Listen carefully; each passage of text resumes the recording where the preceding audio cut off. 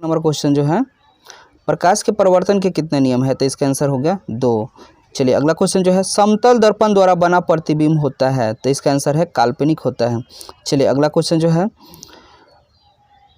निम्नलिखित में किस दर्पण द्वारा किसी वस्तु का वास्तविक प्रतिबिंब मिल सकता है, तो इसका आंसर है अवतल दर्पण के द्वारा। ठीक है, चलिए अगला क्वेश्चन जो है किस दर्पण की फोकस दूरी चिन्ह को परिपाटी के अनुसार ऋणात्मक मानी जाती है, तो इसका आंसर है अवतल का।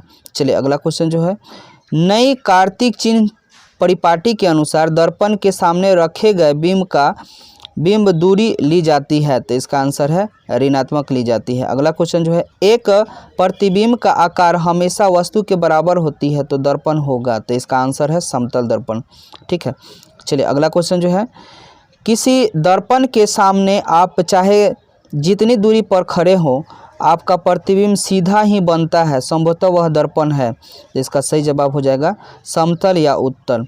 चलिए अगला क्वेश्चन जो है अवतल दर्पण में आवर्धित काल्पनिक प्रतिबिंब बनाने के लिए वस्तु कहाँ रखा जाता है, तो इसका आंसर है फोकस के अंदर। अगला क्वेश्चन जो है किसी वस्तु का अवतल दर्पण द्वारा बना प्रतिबिंब आभासी, सीधा तथा वस्तु से बड़ा पाया गया है तो वस्तु की स्थिति कहाँ होनी चाहिए, तो इसका आंसर सही है दर्पण के ध्रुव तथा मुख्य फोकस के बीच। अगला क्वेश्चन जो है 10 उत्तल दर्पण द्वारा बना प्रतिबिंब होता है, तो इसका सही जवाब हो जाएगा उत्तल दर्पण का हमेशा सीधा होता है, उत्तल में सीधा होता है।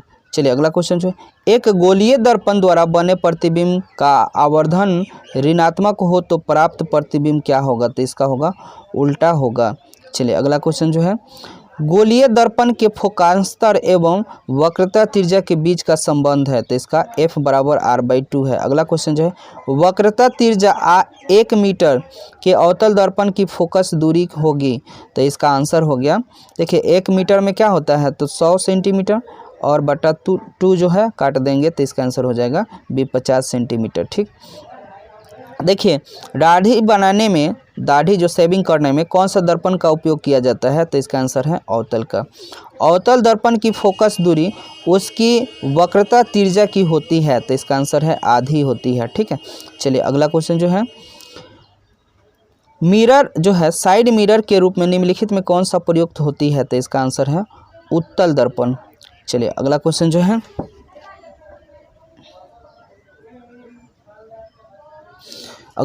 है देखिएगा प्रकाश के अपवर्तन के कितने नियम है, तो इसका आंसर है 2। चलिए अगला क्वेश्चन जो है संघन माध्यम से विरल माध्यम में जाता हुआ किरणें हो जाती है, तो इसका अभिलंब से दूर विचलित हो जाती है। ठीक है, अगला क्वेश्चन जो है हीरे के अपवर्तनांक 2.42 होने का अभिप्राय क्या है, तो इसका सही जवाब है हीरे में प्रकाश का क्रांति कोण सीसा के अपेक्षा छोटा है। अगला क्वेश्चन जो है निम्नांकित में से किस लेंस की फोकस दूरी धनात्मक होती है, तो इसका सही जवाब हो जाएगा ख उत्तल लेंस का। अगला क्वेश्चन जो है निम्नांकित में से किसका अपवर्तनांक अधिक है, तो इसका आंसर है हीरा का। वायु में गमन करती प्रकाश की एक किरण जल में तिरछी प्रवेश करती है, यह किरण क्या होती है, तो इसका से अभिलंब। संघन माध्यम से विरल माध्यम में जाने पर आपतन कोण I≠0 और अपवर्तन कोण R में क्या संबंध होता है, तो इसका सही जवाब हो जाएगा R बड़ा होता है I से। अगला क्वेश्चन जो है किसी माध्यम के अपवर्तनांक का मान होता है, तो इसका आंसर है sin I/sin R। अगला क्वेश्चन जो है प्रकाश की चाल सबसे अधिक होती है, तो इसका सही जवाब हो जाएगा शून्य या निर्वात में। चलिए अगला क्वेश्चन जो है लाल और नीले वर्ण की किरणों के कांच की सतह पर वायु में अपवर्तनांक कोण समान है तथा कांच में अपवर्तन कोण क्रमशः R1 तथा R2 है, तब इसकी सही जवाब हो जाएगा R1 से R2 बड़ा है। अगला क्वेश्चन जो है अवतल लेंस द्वारा प्राप्त प्रतिबिंब होता है, तो इसका सही जवाब हो जाएगा इनमें से सभी। अगला क्वेश्चन जो है प्रकाश तंतु में प्रकाश का होता है, तो इसका सही जवाब हो जाएगा पूर्ण आंतरिक परावर्तन। कौन से लेंस में वास्तविक और आभासी दोनों प्रकार के प्रतिबिंब बन सकते हैं? तो इसका आंसर है उत्तल लेंस में। अगला क्वेश्चन जो है, एक उत्तल लेंस में 30 सेंटीमीटर की दूरी पर एक वस्तु रखी गई है, तो लेंस से उतनी ही दूरी पर वास्तविक प्रतिबिंब प्राप्त होता है, तो लेंस की फोकस दूरी क्या होगा? तो इसका सही जवाब हो जाएगा 15। अगला क्वेश्चन जो है, यदि वस्तु उत्तल लेंस फोकस तथा फोकस दूरी की दुगनी कर दी जाए तो बीच स्थित हो तो प्राप्त प्रतिबिंब क्या होगा? यदि वस्तु उत्तल लेंस की फोकस तथा फोकस दूरी की दुगनी दूरी के बीच स्थित हो तो प्रतिबिंब क्या होगा? तो इसका सही जवाब हो जाएगा वास्तविक, उल्टा तथा आवर्धित होगा। ठीक है। अगला क्वेश्चन जो है, किसी शब्दकोश में दिए गए अक्षरों को पढ़ते समय आप कौन सा लेंस पसंद करेंगे? तो इसका सही जवाब हो जाएगा 5 सेंटीमीटर फोकस दूरी की लेंस पसंद करेंगे। ठीक है। अगला क्वेश्चन जो है, अवतल लेंस में आवर्धन बराबर होता है, तो इसका सही जवाब हो जाएगा घ। लेंस की क्षमता का ऐसा ही मात्रक क्या होता है? तो इसका आंसर है m पर पावर -1। ठीक है। चलिए अगला क्वेश्चन जो है, किसी लेंस की क्षमता -2 डायोप्टर हो तो वह क्या होगा? तो इसका सही जवाब हो जाएगा 50 सेंटीमीटर दूरी का अवतल लेंस है। ठीक है। अगला क्वेश्चन है, एक उत्तल लेंस की फोकस दूरी 20 सेंटीमीटर है, तो लेंस की क्षमता क्या होगी? तो इसका आंसर है 5 डायोप्टर होगा। लेंस की क्षमता व्यक्त की जाती है, तो इसका आंसर हो गया फोकस दूरी के व्युत्क्रम के द्वारा। अगला क्वेश्चन जो है, किसी बिंब का वास्तविक तथा समान आकार की प्रतिबिंब प्राप्त करने के लिए बिंब को उत्तल लेंस के सामने कहाँ रखेंगे? तो इसका आंसर है फोकस दूरी की दुगनी दूरी पर। अगला क्वेश्चन जो है, उत्तल लेंस द्वारा आवर्धित काल्पनिक प्रतिबिंब तब बनता है जब वस्तु रखी होती है, तो इसका आंसर हो गया फोकस और लेंस के बीच। अगला क्वेश्चन जो है, विशाल शीशा जिसको मैग्नीफाइंग ग्लास होता है कौन है? तो इसका सही जवाब होगा उत्तल लेंस। अगला क्वेश्चन है, निम्नलिखित में किस लेंस को अभिसारी लेंस कहा जाता है? तो इसका सही जवाब हो जाएगा अवतल लेंस को। ठीक है। अगला क्वेश्चन है, किसी लेंस के आवर्धन का ऐसा मात्रक निम्नलिखित में से कौन सा है? तो इसका आंसर है मात्रक विहीन है। चलिए अगला क्वेश्चन जो है, किसी उत्तल लेंस का फोकांतर 50 सेंटीमीटर है, उसकी क्षमता क्या होगी? तो इसका 2 डायोप्टर होगा। कांच की अवतल लेंस की वायु में शक्ति होती है, ऋणात्मक होती है। ठीक है। अगला क्वेश्चन जो है, मानव नेत्र में किस प्रकार का लेंस पाए जाते हैं? इसका आंसर है उत्तल लेंस है। नेत्र द्वारा किसी वस्तु का कैसा प्रतिबिंब बनता है? तो इसका आंसर है वास्तविक, उल्टा तथा छोटा बनता है। अगला क्वेश्चन जो है, मानव नेत्र जिस भाग पर किसी वस्तु का प्रतिबिंब बनता है वह क्या होता है? दृष्टिपटल होता है, दृष्टिपटल। अगला क्वेश्चन जो है, सामान्य नेत्र के लिए सुस्पष्ट दर्शन की न्यूनतम दूरी क्या होगी? तो इसका होता है 25 सेंटीमीटर होता है। ठीक है। चलिए अगला क्वेश्चन जो है, स्वस्थ नेत्र की दूर बिंदु स्पष्ट दृष्टि की अधिकतम दूरी क्या होती है? तो इसका होता है अनंत। अगला क्वेश्चन है, मानव नेत्र अभिनेत्र लेंस की फोकस दूरी समायोजित कर विभिन्न दूरियों पर रखी वस्तुओं को फोकसित कर सकता है, ऐसा हो पाने का कारण क्या है? तो इसका सही जवाब है समंजन के कारण। अगला क्वेश्चन जो है, जो नेत्र निकट स्थित वस्तु को साफ साफ नहीं देख पाता है, नहीं देख सकता है, उस नेत्र में होता है। इसका सही जवाब हो गया दूरदृष्टि दोष। नेत्र लेंस की फोकस दूरी कम हो जाने पर कौन सा दृष्टि दोष उत्पन्न हो जाता है? तो इसका सही जवाब हो जाएगा निकट दृष्टि दोष। चलिए अगला क्वेश्चन जो है, निकट दृष्टि दोष दूर करने के लिए किस लेंस का व्यवहार होता है? तो इसका सही जवाब हो जाएगा अवतल लेंस का। अगला क्वेश्चन जो है, किस लेंस का उपचार कर दीर्घ दृष्टि दोष को संशोधित किया जाता है? तो इसका सही जवाब हो जाएगा उत्तल लेंस का। चलिए अगला क्वेश्चन जो है, निकट दृष्टि दोष तथा दूर दृष्टि दोष के निवारण हेतु प्रयुक्त लेंस द्वारा बना प्रतिबिंब होता है? तो इसका सही जवाब हो जाएगा काल्पनिक सीधा। अगला क्वेश्चन जो है, अभिनेत्र लेंस की फोकस दूरी में परिवर्तन किया जाता है? इसका आंसर है पक्षमाभी पेशी के द्वारा। अगला क्वेश्चन जो है, आकाश का नीला रंग होना किस परिघटना का परिणाम है? तो इसका आंसर है परिकिरणन। अगला क्वेश्चन जो है, स्पेक्ट्रम प्राप्त करने के लिए किसका उपयोग होता है? आंसर है प्रिज्म का होता है। अगला क्वेश्चन जो है, सरल सूक्ष्मदर्शी में किसका उपयोग होता है? तो इसका सही जवाब हो जाएगा उत्तल लेंस का।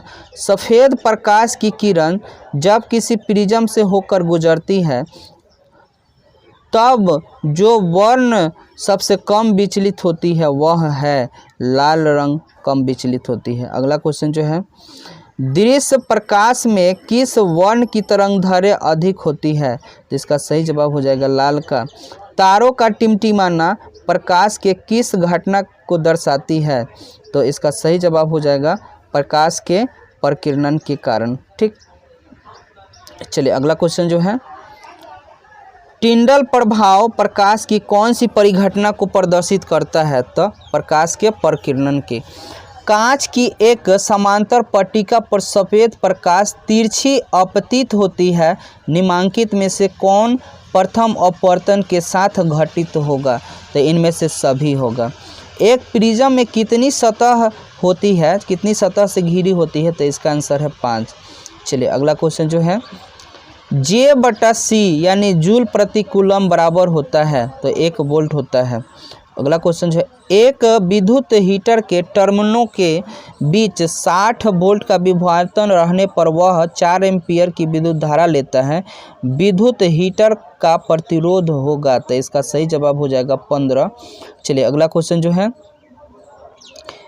एम्पियर घंटा मात्रक है? तो इसका आंसर है आवेश का। अगला क्वेश्चन है, किसी बल्ब में 1 मिनट में 120 कूलम आवेश प्रवाहित हो रही है तो विद्युत धारा का मान क्या होगा? तो इसका आंसर है 2 एम्पियर। चलिए अगला क्वेश्चन जो है, किस उपकरण में धन और ऋण की चिन्ह नहीं होती है? तो इसके सही जवाब हो जाएगा कुंडली का। प्रतिरोध का ऐसा ही मात्रक क्या होता है? तो ओम होता है। परिपथ में विद्युत धारा की माप किससे की जाती है? तो एमीटर से। अगला क्वेश्चन जो है, ऊर्जा का एसआई मात्रक क्या है? तो जूल होता है। विद्युत शक्ति का एसआई मात्रक क्या होता है? तो वाट होता है। 1 किलोवाट घंटा तुल्य है? तो इसका सही जवाब हो जाएगा ख, 3.6 × 10⁻6। अगला क्वेश्चन जो है, विभवांतर का एसआई मात्रक है? तो विभवांतर का एसआई मात्रक वोल्ट होता है। अगला क्वेश्चन है, किसी विद्युत बल्ब से 220 वोल्ट पर 1 एम्पीयर धारा प्रवाहित होती है तो फिलामेंट का प्रतिरोध होगा? तो इसका आंसर है ख, 110 ओम होगा। चलिए अगला क्वेश्चन जो है, किसी चालक का प्रतिरोध निम्नलिखित में से किस पर निर्भर करता है? तो इसका आंसर है इनमें सभी पर। चालक के लंबाई पर, चालक की अनुप्रस्थ काट के क्षेत्रफल पर, चालक के पदार्थ की प्रकृति पर। इनमें से सभी जवाब हो जाएगा। ठीक है, चलिए अगला क्वेश्चन है, निम्नांकित में से कौन सा विद्युत का सुचालक है? तो इसका सही जवाब हो जाएगा ग्रेफाइट। विद्युत परिपथ में विद्युत धारा को मापने के लिए निम्नलिखित में से किस युक्ति का उपयोग किया जाता है? तो इसका सही जवाब हो जाएगा एमीटर का। चलिए अगला क्वेश्चन जो है, फ्यूज तार के लिए निम्नलिखित में से कौन सा कथन सत्य है? तो इसका सही जवाब हो जाएगा प्रतिरोध अधिक तथा गलनांक कम होता है। चलिए अगला क्वेश्चन जो है, विद्युत बल्ब का तंतु बना होता है? तो इसका सही जवाब हो जाएगा टंगस्टन का। ठीक, चलिए अगला क्वेश्चन जो है, दिए गए प्रतिरोधों को संयोजन का समतुल्य प्रतिरोध कितना होता है? तो इसका सही जवाब हो जाएगा 10 होगा। चलिए अगला क्वेश्चन जो है, यदि ए और बी 2 प्रतिरोध परस्पर में जोड़ दिए जाए तो उनके समतुल्य प्रतिरोध क्या होगी?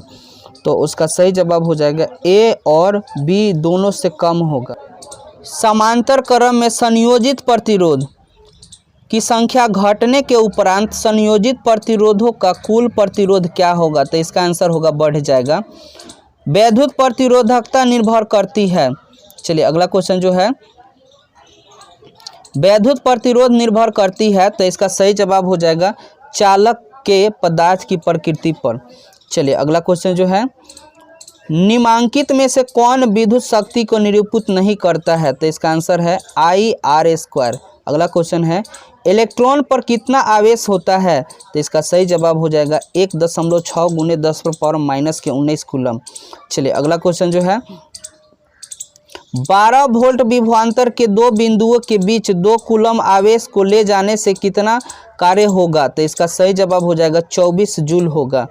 चलिए अगला क्वेश्चन जो है 2 ओम 3 ओम तथा 6 ओम के प्रतिरोधों को श्रेणी क्रम में जोड़ने पर किनका समतुल्य होगा? तो इसका आंसर है 11 का। अगला क्वेश्चन जो है प्रतिरोध R के किसी तार के टुकड़े को 5 भागों में काटकर पार्श्व क्रम में संयोजित कर दिया जाता है।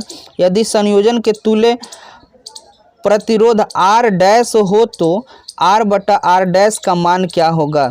तो इसका सही जवाब हो जाएगा 25 हो जाएगा। अगला क्वेश्चन जो है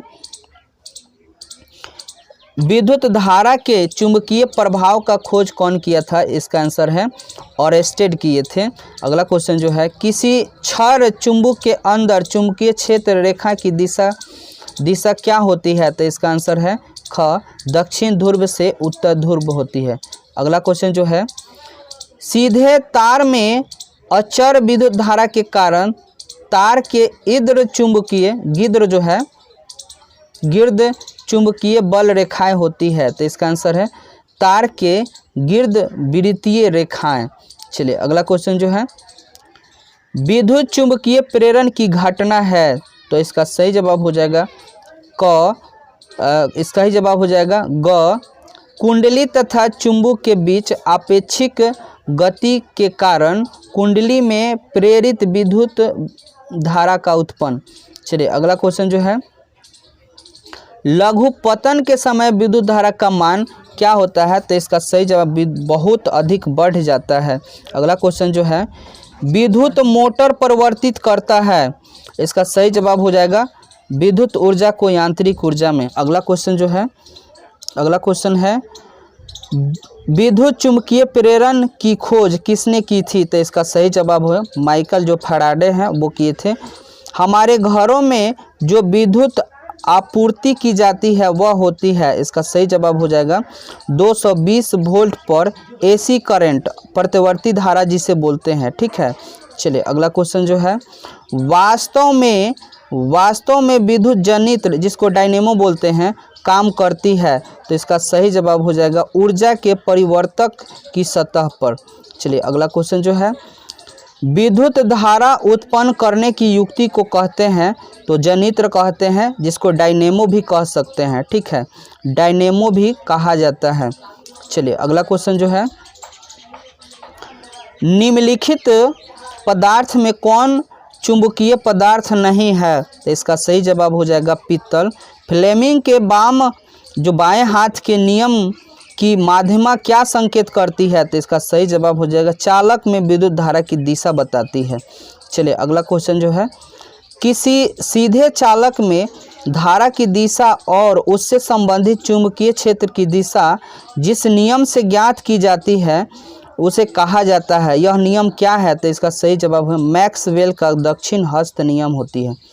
चलिए अगला क्वेश्चन जो है किसी विद्युत धारावाही सीधी लंबी परिनालिका के भीतर चुंबकीय क्षेत्र होती है क्या होती है? सभी बिंदुओं पर समान होती है। ठीक है, अगला क्वेश्चन जो है फ्लेमिंग के वाम हस्त नियम में बाएं हाथ की तर्जनी संकेत करती है।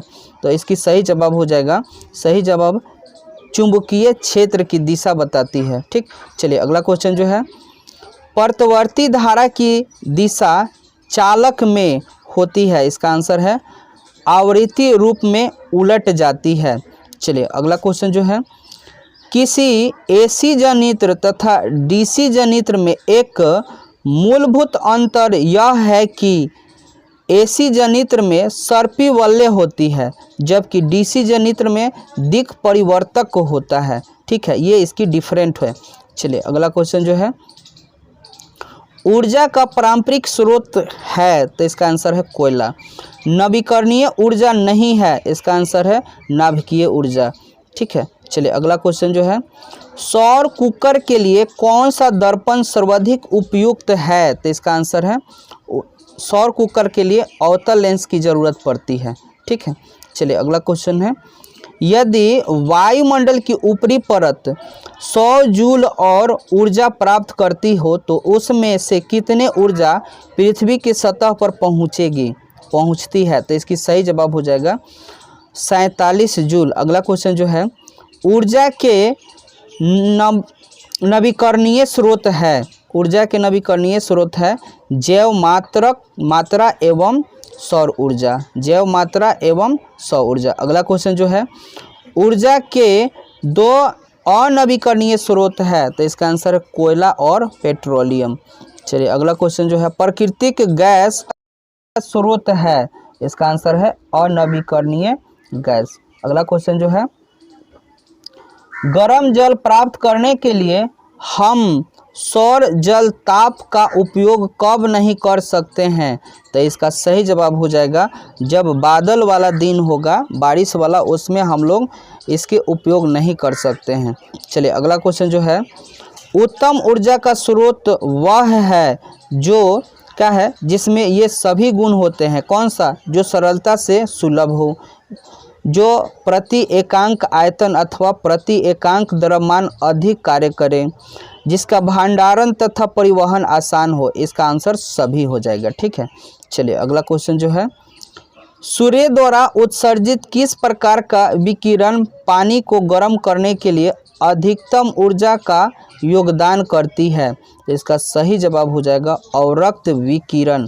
चलिए अगला क्वेश्चन जो है, निम्नांकित में कौन जैव मात्रा ऊर्जा स्रोत का उदाहरण नहीं है, तो इसका आंसर है नाभिकीय ऊर्जा। चलिए अगला क्वेश्चन जो है, नाभिकीय ऊर्जा प्राप्त करने हेतु आवश्यक है यूरेनियम की ज़रूरत होती है। अगला क्वेश्चन जो है, ऊर्जा के जितने स्रोत हैं उनमें अधिकांश सौर ऊर्जा को निरूपित करते हैं। निम्नलिखित में कौन सी ऊर्जा का स्रोत अंततः सौर ऊर्जा से किसी भी तरह से ऊर्जा नहीं प्राप्त करता है, तो इसका सही जवाब हो जाएगा नाभिकीय ऊर्जा। अगला क्वेश्चन जो है, पवन चक्की में किस प्रकार की ऊर्जा का रूपांतरण कार्य के रूप में होता है, तो इसका आंसर है गतिज ऊर्जा का। सौर पैनल का निर्माण होती है सौर सेलों के संयोजन से। ठीक है, चलिए अगला क्वेश्चन जो है, उस युक्ति का नाम क्या है जो सौर ऊर्जा को विद्युत ऊर्जा में परिवर्तित कर देता है, तो इसका आंसर है सौर सेल। ईंधन है दोस्तों, ईंधन क्या है, इनमें से सभी जो है ईंधन है, लकड़ी भी ईंधन है, सीएनजी भी, एलपीजी, ये सारे के सारे ईंधन हैं। चलिए अगला क्वेश्चन जो है, हरे पौधे किस प्रक्रिया द्वारा सौर ऊर्जा को रासायनिक ऊर्जा में परिवर्तित करता है, तो इसका आंसर है प्रकाश संश्लेषण प्रक्रिया के द्वारा।